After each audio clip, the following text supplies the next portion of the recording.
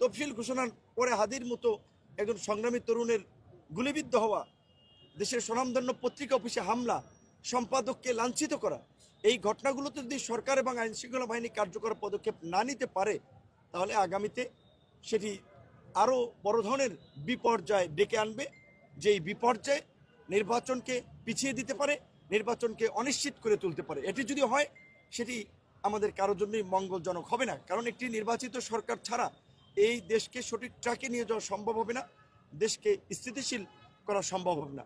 আমরা এই পত্রিকা অফিসে হামলা সহ নুরুল কবির ভাইকে লাঞ্ছিত করা, আমরা এর তীব্র নিন্দা এবং প্রতিবাদ জানাই। আমরা মনে করি যে এই হামলা গণমাধ্যমের উপরে হামলা, এটি গণতন্ত্রের জন্য অশনি সংকেত। প্রিয় দেশবাসী এবং সংগ্রামী সকল তরুণ সহযোদ্ধা সকলকে আমরা বলবো যে আমরা যেন কারো উস্কানি কিংবা কারো ফাঁদে পা দিয়ে আমরা যেন দেশকে নতুন সংকটের দিকে ঠেলে না দেই। আমাদের বাংলাদেশ পুনর্গঠন চলছে, এই পুনর্গঠনে সকলকে অংশীদার হয়ে নির্বাচনের মাধ্যমেই সেই পুনর্গঠনের কাজকে ত্বরান্বিত করতে হবে, সম্পন্ন করতে হবে। তাই নির্বাচন যেন একটি অবাধ, সুষ্ঠু, নিরপেক্ষভাবে সম্পন্ন হয়, সেজন্য আইন শৃঙ্খলা বাহিনী, সরকার, নির্বাচন কমিশনের পাশাপাশি রাজনৈতিক দলগুলোকে দায়িত্ব পালন করতে হবে, সহযোগিতা করতে হবে।